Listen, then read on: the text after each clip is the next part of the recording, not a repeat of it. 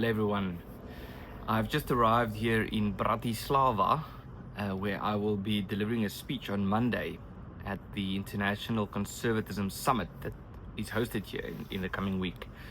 And I will be talking more about that, but I don't want to talk about that right now because I want to respond to some of the reactions I've seen online with regard to Donald Trump's victory, being re-elected as President of the United States. Now, there's so much to go through, and I didn't try even to look at all the reactions that you can see online, but I did spend some time looking at talk shows and how talk show hosts especially have been responding, and it's quite bizarre to watch. Some of them crying, some of them talking about, America becoming a fascist dictatorship, talking about the worst person, the worst man in America being elected, and jokes about bringing back the Third Reich and speaking German to be a policy maker for Donald Trump and so forth. But what strikes me about these reactions is just how little these people are trying to understand what is actually happening in America. And if it's true that Donald Trump is this really atrocious, evil person that they make him out to be, why is it that not only he won, but that he won by a landslide?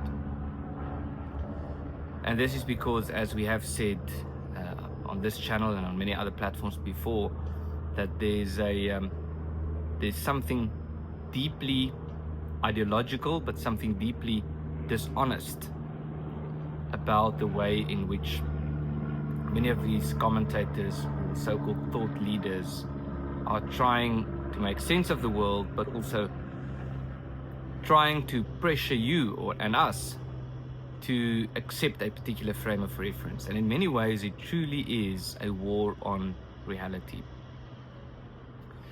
Now, it seems that what has happened here is that they've been telling themselves these stories about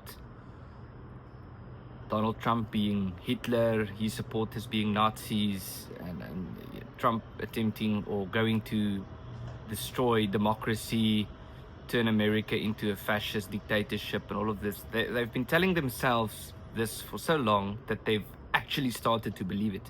I don't know if they actually believed this at the beginning when they started to say this, but they certainly believe it now.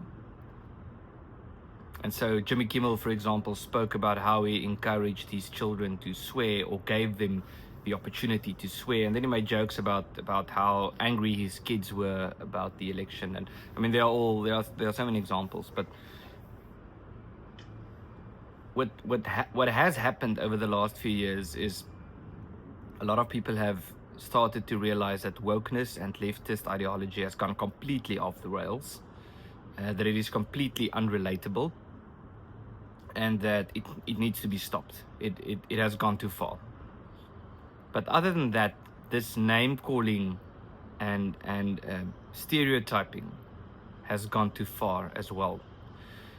A few years ago, everyone was accused of racism all the time, and to be a racist is supposed to be a very bad thing, but everyone just gets accused of racism if you take a stance against what these people regard as progress. Then immediately you get labeled a racist. And the consequence of that is that the word has been used so much and so often that people just have stopped caring about being called a racism. Initially, people were offended or shocked, and later people started making jokes about it, and now people just seriously don't care if you accuse them of racism. And there's something really dangerous in that. If people don't care to be called racist anymore because the word has used its value, that doesn't mean that racism isn't a problem or couldn't potentially be a problem. But it certainly is a problem if people simply don't care about being called racist anymore. And so one of the consequences of this is that they started calling people fascists and Nazis. And that truly is what we saw with this last election. Not just people online calling Trump, for example, a Nazi and his supporters fascists and so forth, but his opponent, people in the media, news anchors, and so forth, resorting to this rhetoric.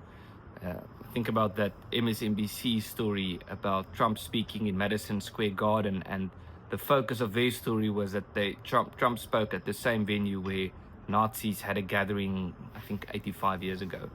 Not the same venue where Justin Bieber and Taylor Swift have been doing shows, but where Nazis have spoken or had some event almost a century ago. And they've said this so much that they've started to believe this, which is really, truly bizarre.